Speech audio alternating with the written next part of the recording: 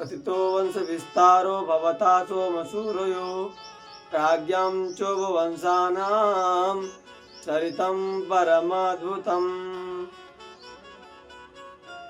भगवान श्री सुखदेव जी राजा परीक्षित को जब कथा सुना रहे थे तो राजा परीक्षित ने श्री सुखदेव जी महाराज जी से प्रश्न किया कि हे प्रभु, आपने सूर्य वंश और चंद्र वंश का वर्णन आपने विस्तार से हमें बतलाया, जो कि सबको विदित हुआ।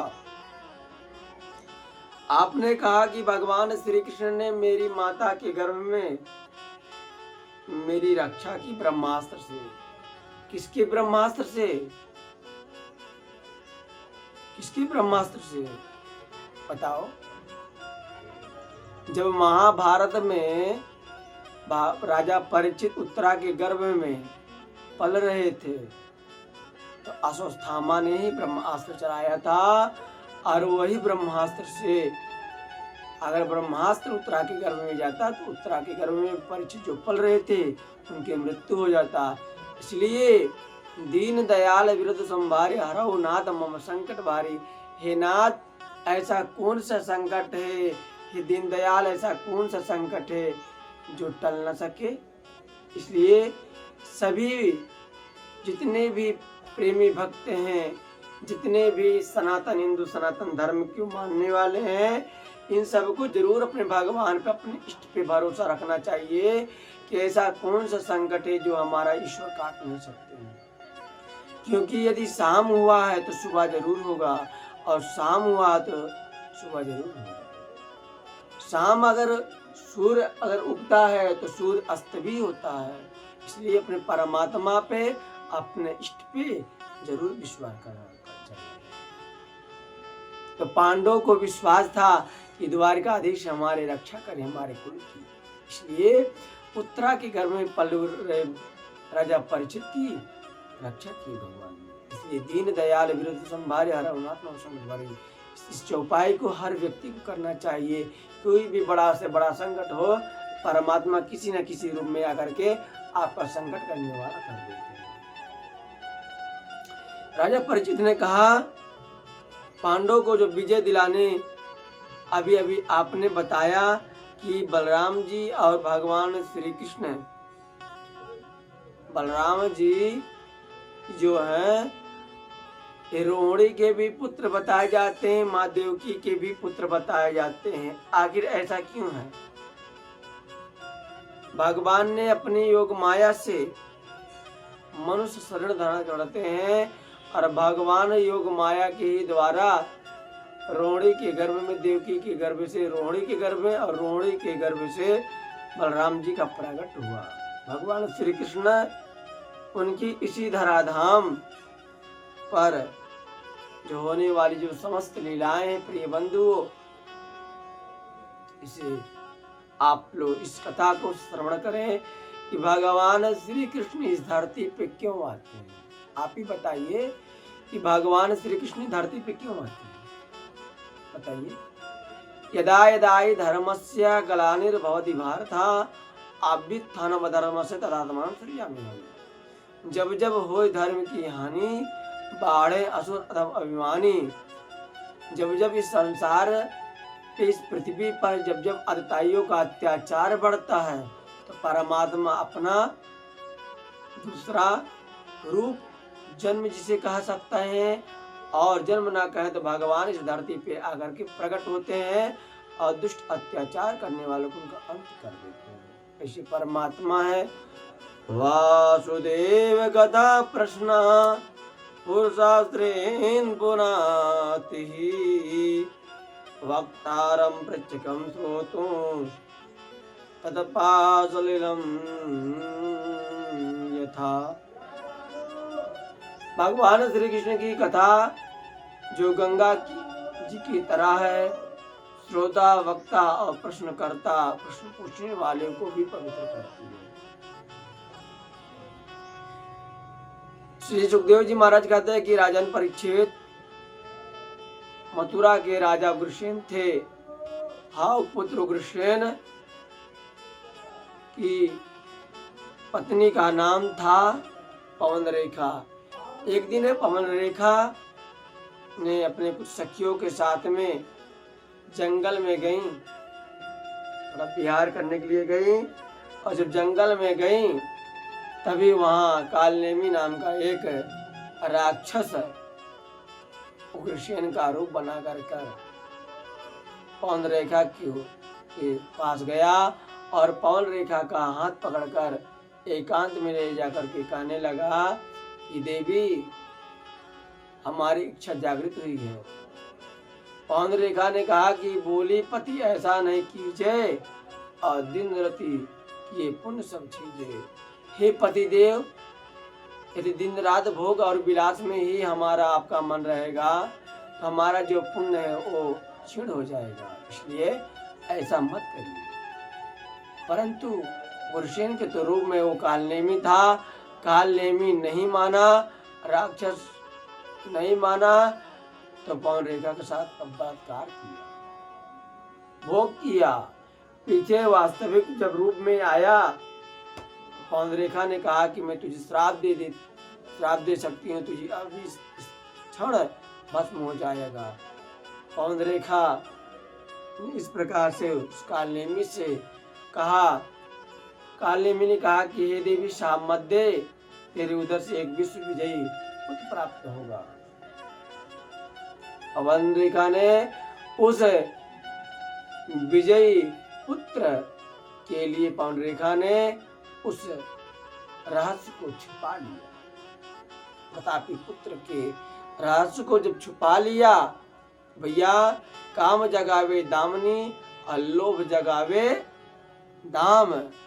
काम जगावे कामनी, लोभ जगावे दाम और संत जगावे प्रेम रस, लेत राम को नाम। यदि आपको अपने मन में अपने अंतर आत्मा में यदि राम को जगाना है तो भगवान का भजन करो और संतों का संग करो। बगीचे में जब वह सखियों के पास अस्त व्यस्त में पवन रेखा को देखा, कपड़ा इधर से उधर हो गया, तो तब सहेलियों ने पूछा कि कैसे हुआ। पवन रेखा ने जवाब दिया, आवा कपि एक निकट हमारे, आयो भागी तासु भय भारे। ये हमने देखा कि एक व्यक्ति था, एक जंगली जानवर था, उसे जब मैं देख कर के भयभीत हुई तो भागने से मेरी वस्त्र उलझ गया। पवन रेखा ने बहाना किया, या शास्त्र कहता जानन नपे नरो देवाद प्रकरोति विगरहितम कर्म किम कस्य चिल्लोके करितम रोचते कथम। मनुष्य प्रारब्धवश होकर कर्म करता है, वरना निंदित कर्म भैया कौन करना चाहता है संसार में, किसको अच्छा लगता है। पवन रेखा ने निंदित कर्म को भी छुपा लिया, और क्योंकि कंस का जन्म होना था, को दूर न कर सके विधि के उल्टे अंग, और पिता तो चंद्र को धो ही न सके कलंक। यदि आपको जीवन में कलंक लगना है, यदि जीवन में आपको आगे बढ़ना है, तो भैया कलंक लगने वाले व्यक्ति को न कोई कलंक छुड़ा सकता है और न कोई बचा सकता है। यदि आगे बढ़ने वाले व्यक्ति को यदि कोई बढ़ना, वो व्यक्ति बढ़ रहा है, कोई पीछे से कर नहीं सकता, क्योंकि ईश्वर इच्छा है। भगवान कहते हैं मम इच्छा का दीन दयाला। गर्मी इतनी विकट है कि बिहार में तो लाइन भी नहीं है, पर क्या करे, आप लोगों को सेवा करना है जो हमने बीरा उठा लिया है। तो कंस का जन्म परम संत गुरुदेव जी के द्वारा, कंस का जन्म भाद्रपद मास में हुआ। अपनी माँ को अत्यंत कष्ट दे करके, पवन रेखा को अत्यंत कष्ट दे करके, उस बगीचा वाली घटना को याद करके पवन रेखा ने उसे कांसों में लपेट दिया और यमुना जी में प्रवाहित कर दिया। महाराज यमुना में स्नान करते समय वहां महाराज सूरसेन को बटेश्वर जो वृंदावन के पास पड़ता है, उन्होंने उस बटेश्वर में उस बालक को देखा, उस बालक को अपने पास लेके आया, उसका लालन पालन किया, पोषण किया, और प्रारंभ में से ही बड़ा दुष्ट और बड़ा ही अत्यंत दुष्ट था। भगवान की प्रेरणा से नारद जी पहुंचे। नारद जी द्वारा उस कंस को ज्ञात हुआ कि हमारे पिता ही तो है नहीं, मथुरा के उग्रसेन हैं। फिर आकर के मथुरा आकर के अपने माता पिता से मिला और कंस में लिपटने के कारण उनका नाम कंस पड़ा। और जैसा नाम होता है ऐसा गुण होता। कंस जब बड़ा हुआ तो अनेकों उत्पात करने लगा, ब्राह्मणों संतों को सताने लगा, यज्ञादि अनुष्ठानों को भी प्रतिबंध लगा दिया। उसके साथी जो दुष्ट स्वभाव के थे, इसके अनैतिक कार्यों में इसे इसका सहारा करने लगे।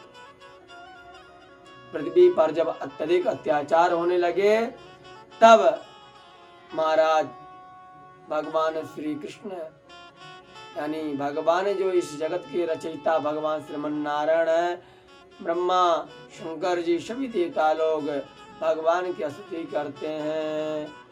जन्माद्यस दोनवयादि तरदस चार देश विज्ञ स्वराट तेने ब्रह्म हृदय आदि के मोह्यन्ति सूर्या तेजो वार मृदा मिता विनिमयो यत्र त्रिसर्गो मृषा धाम्ना स्वेन सदा निरसुकोकं सत्यं परं धीमहि।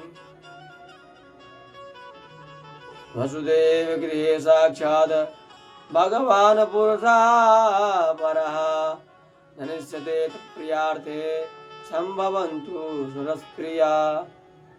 झनिडरपौ मुनि सिद्ध सुरेशा तुम्हें लागे हरि हरे नरवेशा। परित्राणाय साधूनां विनाशाय च दुष्कृतां धर्म संस्थापनार्थाय संभवामि युगे युगे। जब जब होई धर्म की हानि बाढ़ई असुर दब अभिमानी। तब प्रभु धरी मनुज शरीरा हरे कृपा निधि सज्जन पीरा। कंस का अत्याचार इतना प्रबल हुआ कि भगवान ने इस धरती के धराधाम पे माँ देवकी के गर्भ से भगवान श्रीमन नारायण प्रकट हो गए।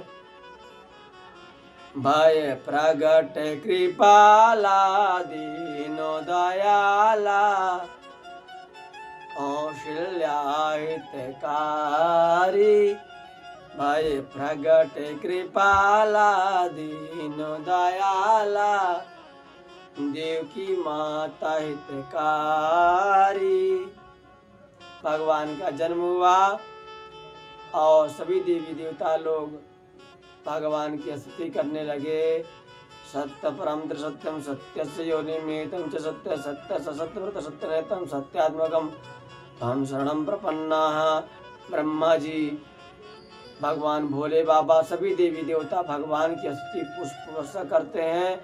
भगवान वसुदेव जी के प्रेरणा देते हैं। मथुरा से भगवान ब्रज में जाते हैं और वहां जाकर के भगवान ने अनेक लीलाएं की।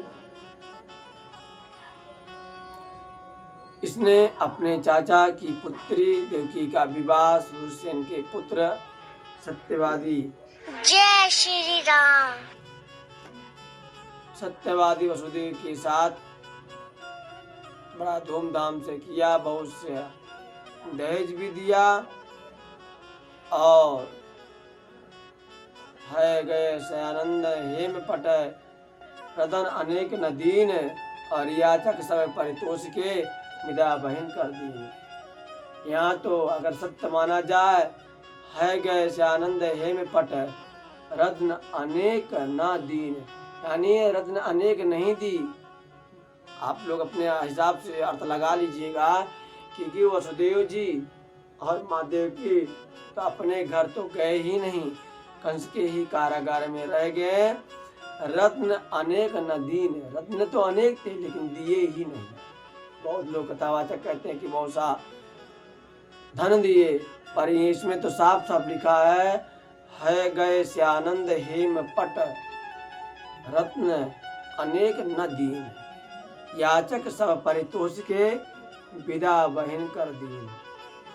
जब देवकी को व्रत में बिठा करके स्वयं व्रत चला करके विदा कर रहा था, तभी उसी समय आकाशवाणी हुई। क्या आकाशवाणी हुई?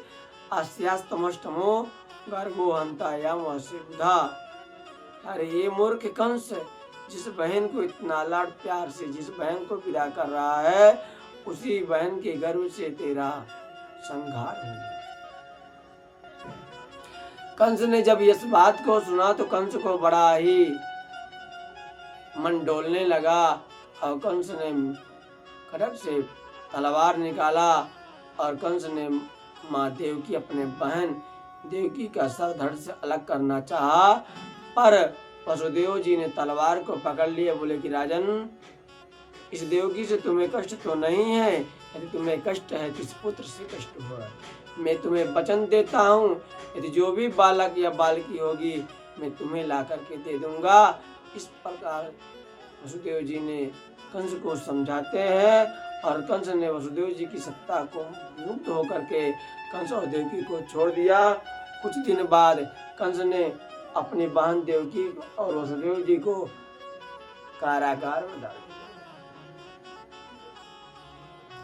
वसुदेव जी सोचने लगे कि दुष्ट कंस को इस समय कैसे समझाऊं, फिर भी बोले आपकी बहन भी है, इस परी अपराध है, स्त्री मारना अत्यंत घृणित कार्य है, नारी निंदा मत करो भैया, नारी नर की खान और नारी से पैदा भय ध्रुव प्रहलाद समान।